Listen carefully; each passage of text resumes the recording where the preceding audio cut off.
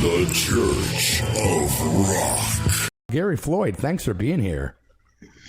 Well, I'm all glad to be here. Glad to.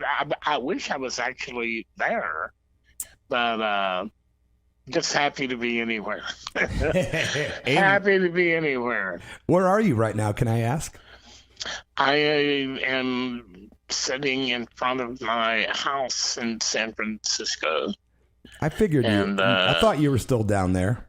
Yeah, well, you know what? I moved from Austin to San Francisco a long time ago, like 1982.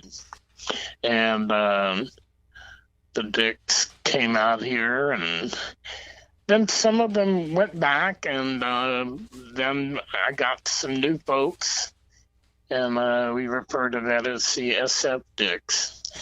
And then Sister Double Happiness, and then Black Kali Ma and Gary Floyd Band. So I always had a lot of family of musicians here, and I also do in Austin. So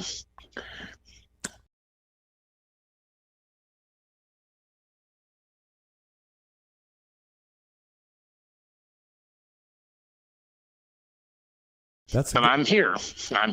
That's a really good thing that you've been able to do such a wide, diverse selection of music, starting with the early Dick sound all the way up through all the bluesy vocals to the more spiritual stuff. I really dig it, man. You're so diverse. Well, you know what? I'm really happy about that, too. And some people, believe it or not, some people don't like it. A lot of people that really like the more bluesy stuff that didn't know anything about the DICKS were always surprised to hear that I had been in a punk band. They were all surprised about that. And a lot of the punk fans didn't really dig the fact that I was doing more bluesy stuff or yeah. But really, I'm the one that decides and is pleased or not pleased by what I do. Yep. And people come along with me or they go elsewhere. And, and that's fine. And then there's another level. Not only did you have the musical confusion with the different fans that aren't willing to adjust, but then you throw in the spiritual aspect and you probably lose even more people. Oh, there's no doubt about it. Hey, when the band first started, very much like now, except now it's even weirder, it was a very politically charged atmosphere. I was in Texas, it was 79, 1980, 81, and there was lots of things going on that people weren't happy about, and I had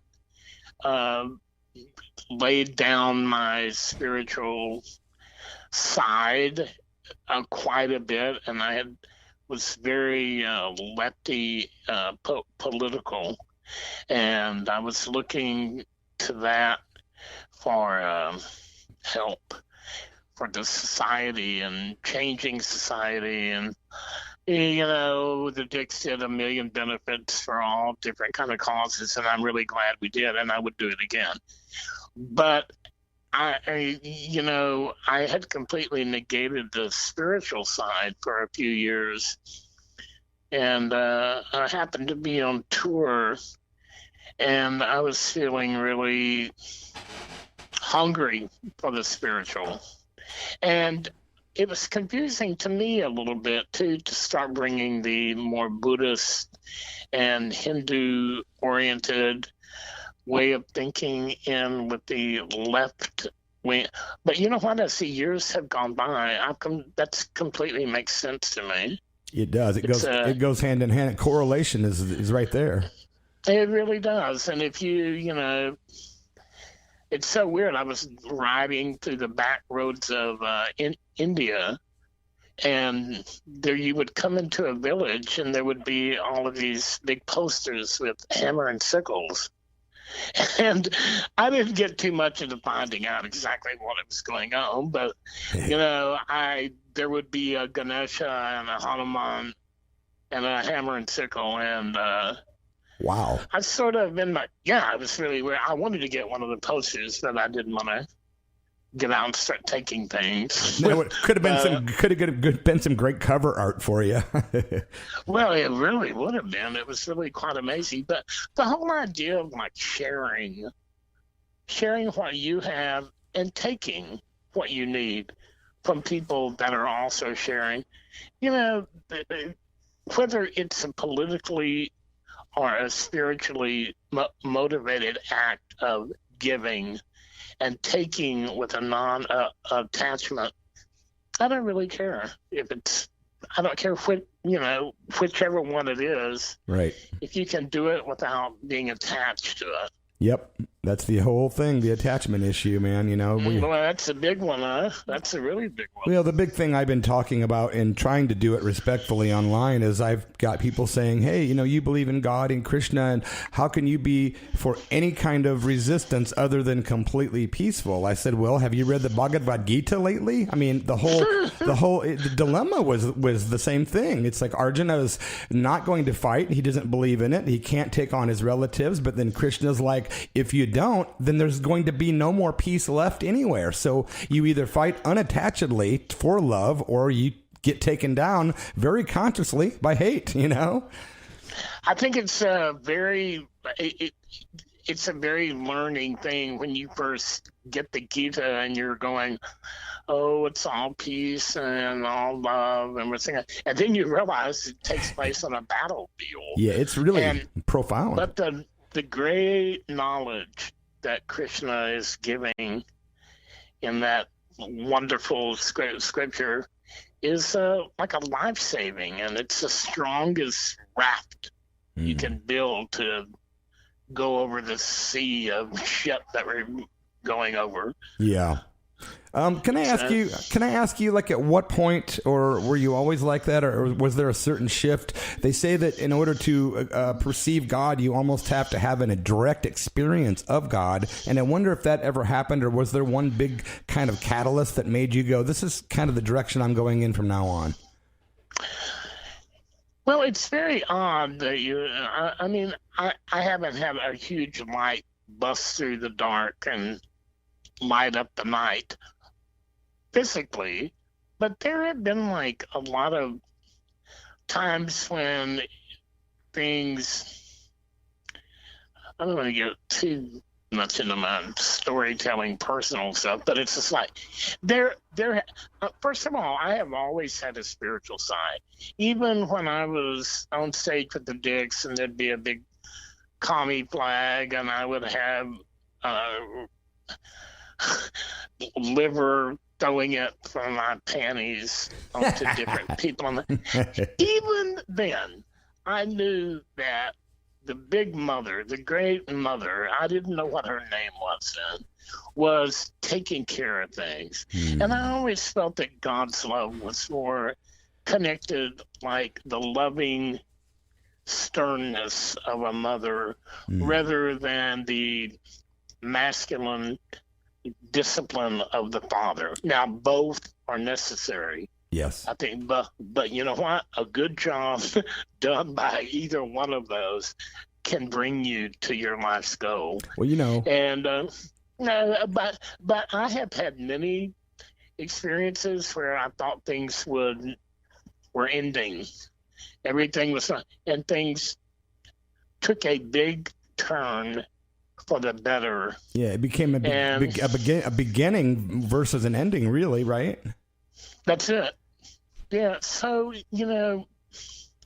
it's a great thing in my life, and it's not saving grace. I mean, I've done a lot of crazy things, but I've always had the trampoline underneath me where I could bounce back and look at things in a little more sensible way than most people expect out of me. You know? Like, there's so many people meet me and they think I'm just completely nuts. And then they realize, oh, well, I'm not really, I'm probably more boring. You're actually, you're misunderstood is what you are. Well, I would blame part of that on the Butthole Surfers writing a song about me. People have met me and just sort of watch me and think, okay, if those guys wrote a song about me, he must really be nuts. And I love those guys. yeah, so do I. They're incredible. So you know, but I've always had that sort of underneath that if I fall crazy, well, then that's the way it's supposed to be. Well, let me ask you this. That's a great segue, because off the air, we were talking several times this week about three people in general. We were talking about Ramakrishna, the Holy Mother, which was Ramakrishna's wife, and also and Neem Karoli Baba. How did you find yourself being drawn the very first time to either Ramakrishna or Neem Karoli Baba? Well, the Ramakrishna thing is when I was on that tour at the time and I was getting really hungry, and I picked up some different little books at a used bookshop. One of the books that's such a stepping stone for many people, Autobiography of a Yogi. Oh, yeah. Paramahamsa Yogananda. It's just such an incredible book. It is. And I read that and I loved it a lot. But in the book, they mention M, who was the writer of the Gospel of Sri Ramakrishna. Yeah. And for some reason, and he talked a little bit about Vivekananda and Ramakrishna. So I went, when I got off tour, I came back, and there is a Ramakrishna Center here, the Vedanta Society here in San Francisco. And I went there, and immediately I was completely at home. Yeah. And I became friends with the monks, and I was initiated by the Swami, and that was just my home for that was 1988, so it's been quite a while. But, you know, and that's where I had many of the personal experiences with people who were very, very sweet, wonderful, spiritual people. The monks and even some of the nuns that were there were very wonderful. And, you know, I just sunk into that, you know, like it was a great teaching. And through them, I met some incredibly wonderful and very powerful folks. And, it's done me nothing but good. That's so beautiful. So over the years, I have also had a very open heart to different paths, and all at once in the last, I don't know, well, for years actually, but in the last 5 or 6 years, I've started really paying attention to the I don't know what to call it, influences that have come to me from Maharaji, Neem Karoli Baba. And so I have really started giving that a lot of attention. And the more I do, the more I realize there's not really that much difference between he and the Vedanta. And yes, he just has a different way of looking at it, and but it's nothing contrary. Well, you know, and yeah, Baba Bhagavan Das one time was having lunch with me, and he said to me, you know, isn't it interesting how when you read any book about Ramakrishna, within about just a paragraph or two, you're so completely in that real God space so fast, unlike other books perhaps. And I said, you know what, that's true. When I read Ramakrishna, it is one of the most profound experiences almost immediately. It's, you know, and that's exactly how I felt. A friend of mine went to the temple and brought me back a little book, just sayings, and Ramakrishna, and I immediately took to it, and that's when I went to the society, and I would drive the nuns crazy because I would be in that bookstore all day reading, Nice. and then I would ask them a million questions. But they were very patient and very sweet. And I was also very happy when one of the first books I got before I even got the gospel was Ramakrishna and his disciples. Oh, I love that book.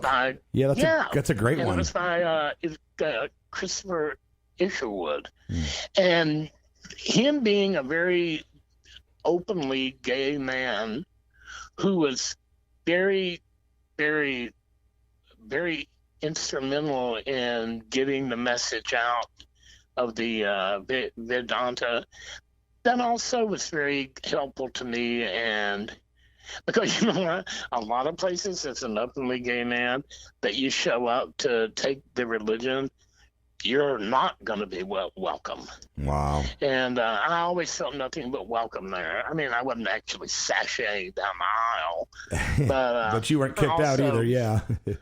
But I wasn't putting on a football suit either. Can I ask you, what was I going to ask you about, I know there's something you've been working on for about a 10-year in the making project with Doug Hilsinger called Relative That's right. Relative Doug Spirit. Hilsinger was a dear old friend.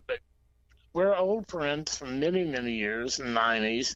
And I wanted to record this one song. It was a song celebrating the Divine Mother. And so he said, yeah, let's do it. So we did that. And then we did another one. And that started this long period of us getting together now and then and recording these songs. And it was finally finished. And it is called Relative Spirit.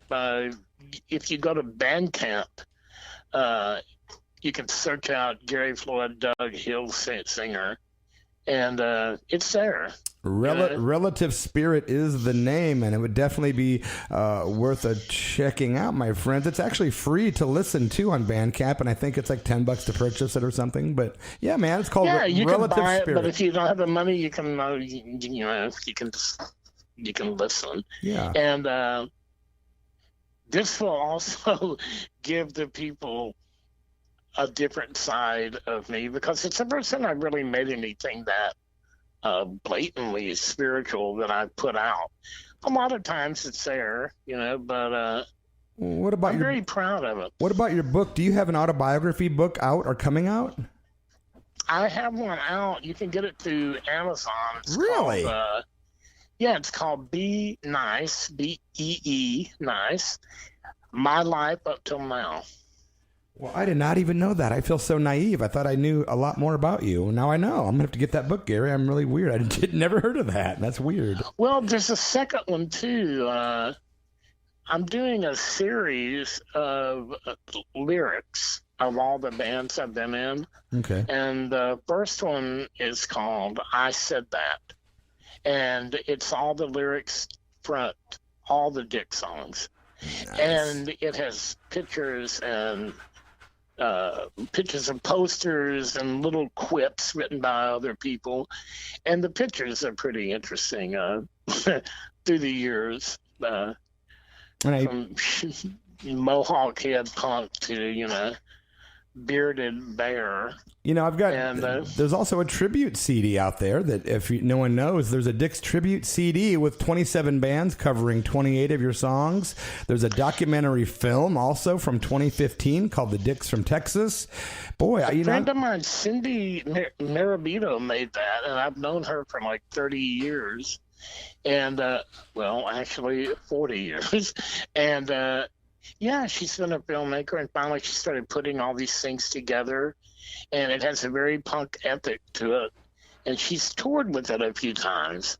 And, and then she did all of this. I didn't do anything. She organized all these really good bands around Austin and other places. And they did a tribute album. So that I highly recommend.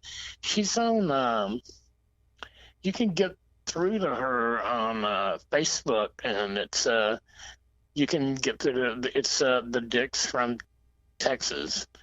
And yeah, and she'll write you back. She's okay. dear old friend. Can I ask you this? As far as yes. Your spiritual path, and I'm sorry to interrupt, but No. As far as your spiritual path and your personal way of living, do you have any daily rituals like meditation that you do certain times of day, or yoga, or anything at all that you personally do as far as your daily routine? Well, every day I try to give some time to sit and think about a compassionate heart and how I have been treated so compassionately by the powers that I worship, by the Divine Mother Kali and Durga and Sri Ramakrishna and Maharaji and all of these combined things, because really they're just one. And I try to think how beautifully I have been treated now. You know, there's been bad times, but those times are really blessed because they teach you about the good times and they make you stronger. And how I can take what I have learned and those blessings that I have received and try to act accordingly to others. And it's not like I'm a saint wrapped up in a turban, giving lessons to people. But I'll tell you, Baba Ramdas said that for those of us who are quiet long enough, everybody is the guru. Well, it's yeah, I had a wonderful Swami that I loved so much. He passed away, but I still know he's around me, who told the story of someone watching like a vulture swoop down and pick up some meat that had been killed on the side of the road, and how he was flying through the air and all these other birds would fly up to the vulture's mouth and try in the air and try to take this meat from the vulture, and he was one-sided and he never let it go. And the Swami broke down crying and said, this is the strength I want to hold on to the love of God. And he went, even the vulture can be a teacher. Yep. Wow, that's well said, man. Yeah, I mean, those are the kind of people that I have been so lucky to be in the presence of. And but I also do try to, if I don't sit and be quiet every day, I mean, I do try to do that every day a little bit, but I also like to offer a little incense and a moment of quiet to to whoever's there listening. Beautiful. To Big Mama. I hear you, brother. You know, I'm running out of time, Gary. I wanted to let you know, I wanted to follow up this chat with a couple of your songs today. The first one I'm going to play is one of my very favorite songs ever, and hopefully it won't take you by surprise, but it's from Sister Double Happiness, and the first song is going to be the Sweet Talker acoustic version. Oh, yeah, that's nice. So beautiful, man. And then I was going to also play, where's my list? I found another song by you that was really great last night doing my research, and it's called Backdoor Preacher Man album. And there's a song from that album that I want to play as well. And actually, it looks like I didn't write down the title of that one. But yeah, I've got There's a bunch of them on there. Yeah, it's a great record. So I'm going to play something from that as well today. But I really appreciate you making the time to talk to me on the EARTHEART show today. I know you've been on my other show. We're not through with the I will be talking to you about a little package I want to get to you. Oh, great. I'll definitely catch you on Messenger or something like that. And maybe we can talk again either on EARTHEART or the Church of Rock show down the road again. I'm always ready. It was very pleasant. And should I hang out or just say goodbye and listen online? Yeah, I think we're going to hang out and then, I'm going to hang up and then play some of your music. And then we'll be doing a spotlight on Saint Seraphim of Russia. And then I'm going to do some positive news stories as well. I really appreciate you calling, and it was great to talk to you. And I hope everyone has a great day because things are weird now. We all know that, but there's always like some light gonna come through, and this is a bad time, so a good time's coming, folks. Amen. Turn up the spiritual heat, man. That's all we can fall back on, really. I'm gonna love people so damn hard. Kill from the heart, Gary. Love from the heart. Love from the I heart. would do that over. Okay, my friend. Take care and have a great show. Yeah, you're listening to an interview with Gary Floyd on KSKQ Radio at the EARTHEART Radio Show. It's been a real fun chat with Mr. Gary Floyd. Gary, thanks again and bless you, my friend. Jai Ma. Same to you, Jai Ma. Thank you.